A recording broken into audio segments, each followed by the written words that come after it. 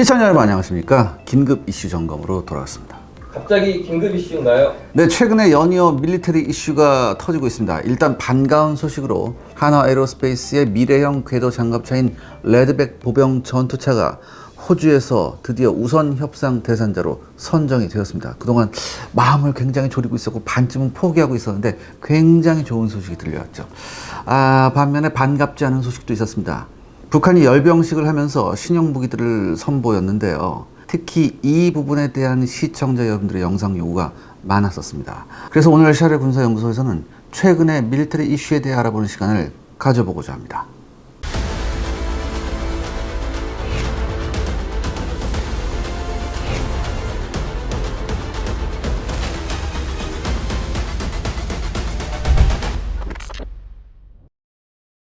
먼저 좋은 소식부터.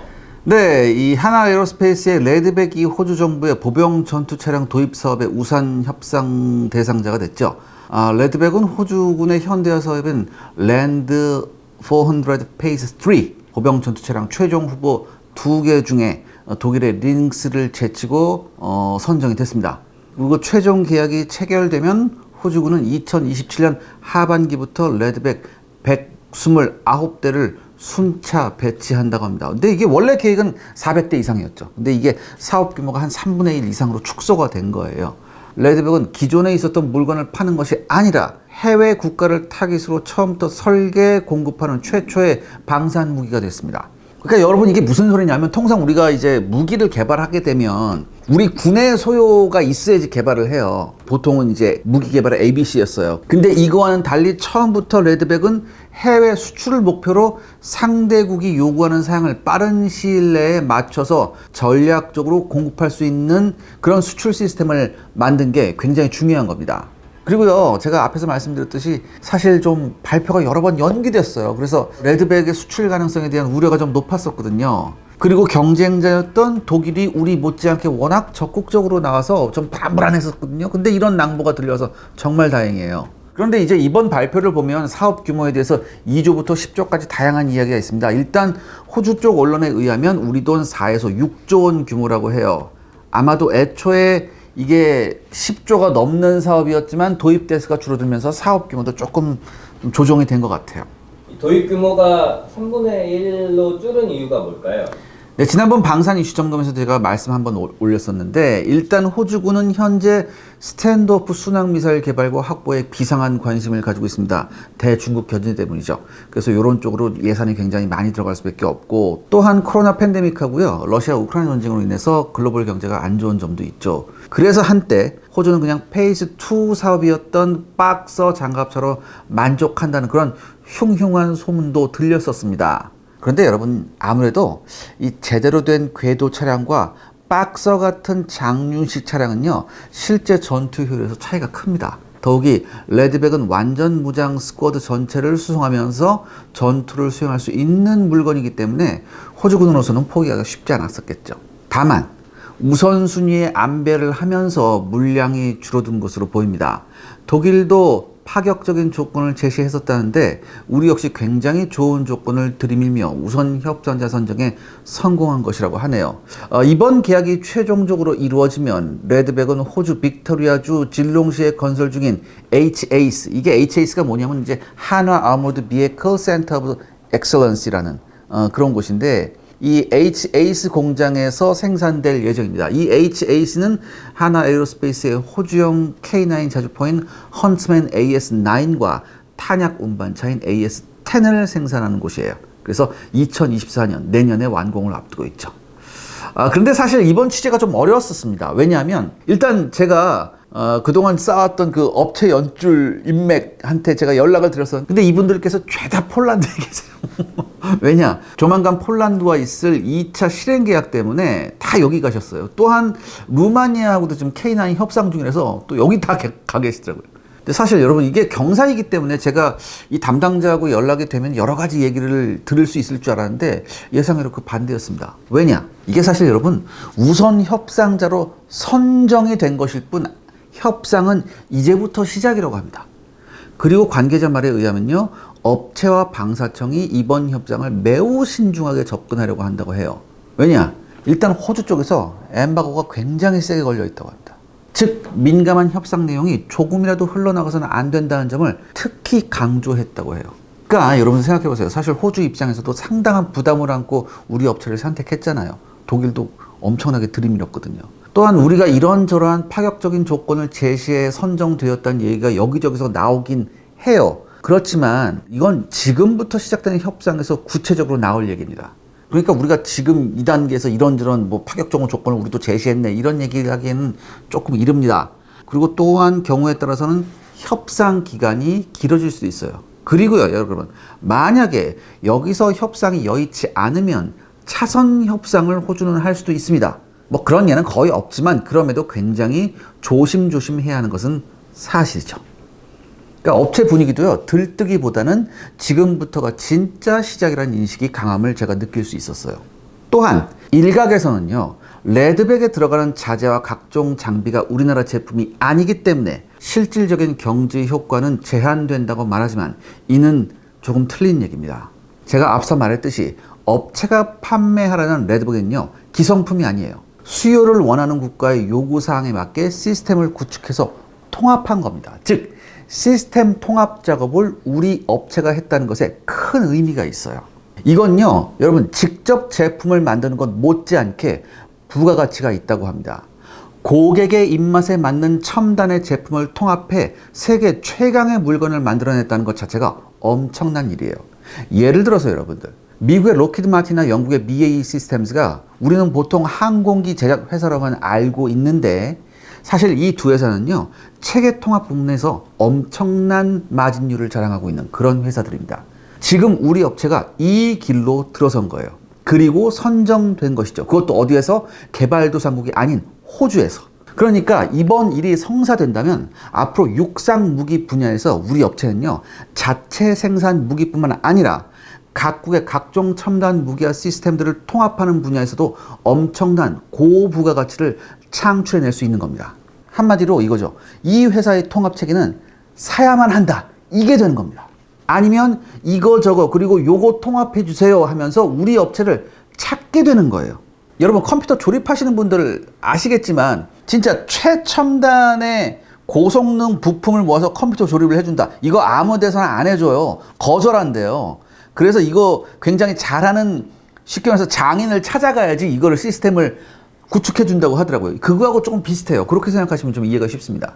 그러니까 우리나라 제품이 들어가지 않으므로 의미가 없다는 말씀은 좀 접어두시기 바랍니다. 아무튼 우리 방산에서 새로운 길이 또 열린 겁니다. 부디 좋은 결실을 맺어서 우리 방산이 제품뿐만 아니라 시스템 통합에서도 세계 최고 수준이 되길 바랍니다.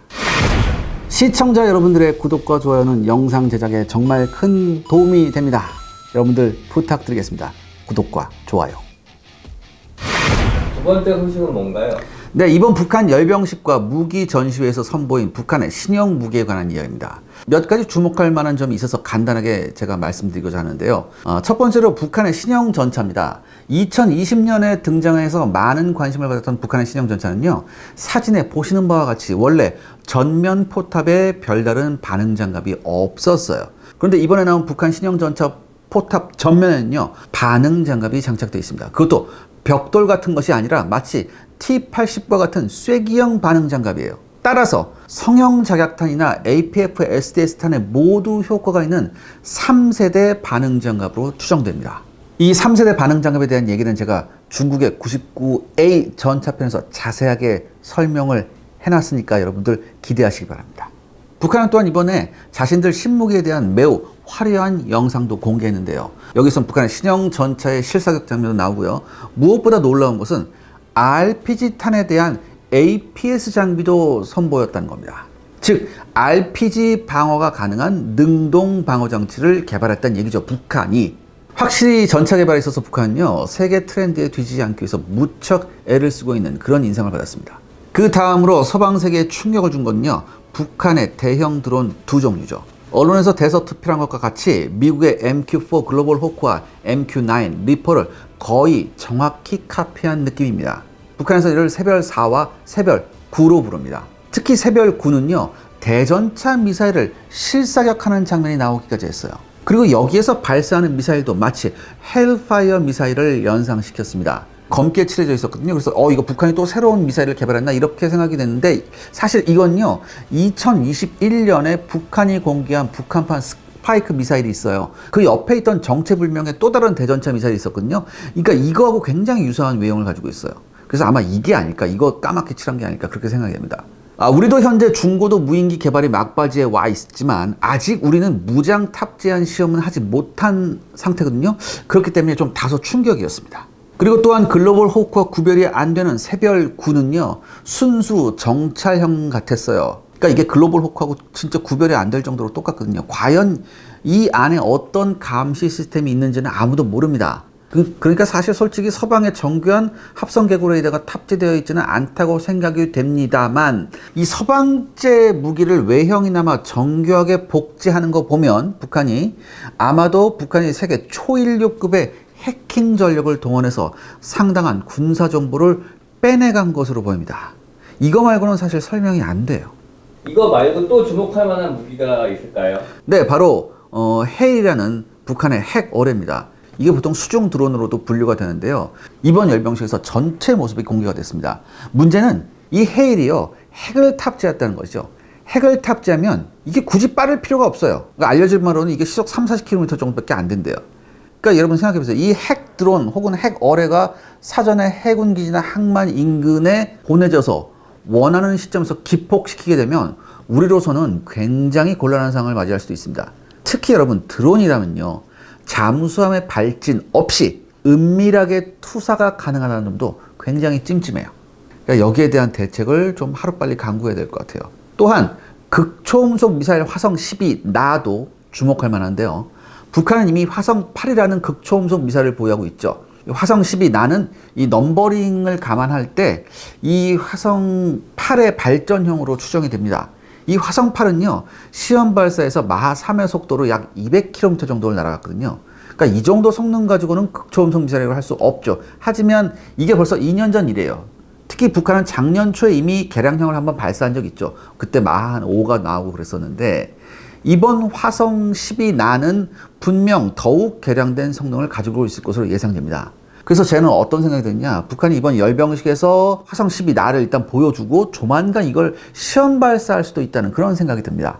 그러니까 이때 북한의 이 화성 12 나가 어느 정도 퍼포먼스를 보여줄지 조금 걱정이 되긴 합니다. 자, 오늘의 결론. 네, 레드백은요 앞으로 협상만 무사히 진행되면 별 무리 없이 계약이 성사될 것으로 전망됩니다. 업체와 정부, 유관기관이 잘할 것이라고 믿어 의심치 않습니다. 다음으로 이번 북한 열병식에서 등장한 새로운 무기들은 꽤나 충격적입니다. 그런데요, 전 이런 생각이 들어요. 일단 북한 전차의 3세대 방위장갑의 APS를 보면서 어떤 생각이 들었냐면요.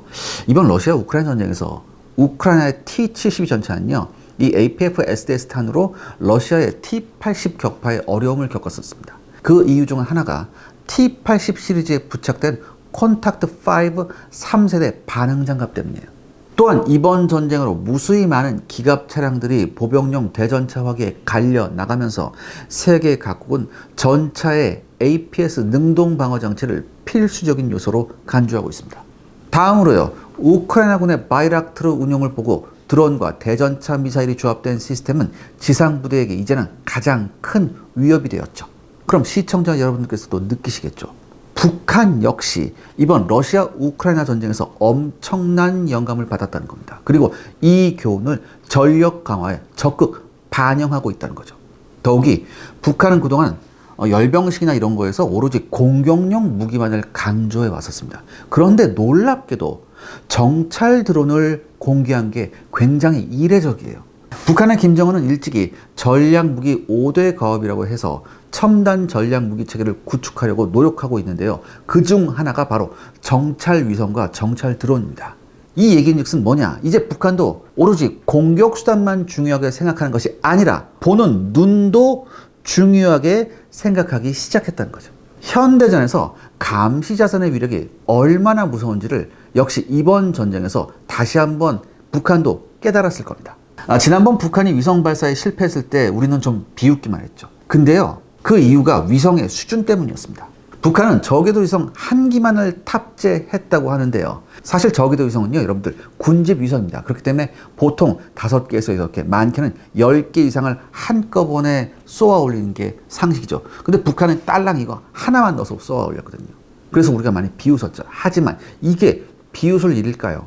비록 하나지만 북한이 저궤도 위성을 쏘아 올리려고 했다는 것은요, 북한이 그만큼 절박하게 감시 자산을 확충하려는 의지라고 봐야 할 겁니다. 이것 역시 러시아 우크라이나 전쟁의 무서운 교훈이죠. 여러분 아시다시피 스타링크의 활약을 북한도 봤거든요. 더욱 불안한 것은 이번에 러시아 국방장관 쇼이구가 왔다는 겁니다. 열병식에서 이 정도의 러시아 고위 인사가 근 10년간 북한에 온 예가 없었어요. 그럼 도대체 왜 왔을까요? 아마도 그동안 북한이 비공식적으로 공급한 각종 포탄과 로켓에 대한 고마움을 표시하고 좀 더 적극적인 지원을 부탁하기 위해 왔을지도 모릅니다. 그게 아니면 전쟁 중인 나라의 국방장관이 왜 오겠습니까? 그리고 진짜 문제는요, 전쟁이 끝난 이후 같아요. 분명히 러시아는 북한한테 보답을 하기 위해서 어떤 형태로든 북한의 전력 강화에 도움을 줄 것 같아요. 미그 35가 될 수도 있고요. 심지어 잠수함이 될 수도 있습니다. 여기에 철저히 대비하고 준비해야 할 겁니다. 이번 러시아 우크라이나 전쟁의 교훈은 우리만 깨달은 것이 아니라는 것을 명심해야 합니다. 아울러 북한은 국가 역량의 모든 것을 무기 개발에 쏟고 있는 정상과는 거리가 먼 나라라는 것도 잊지 말아야 합니다.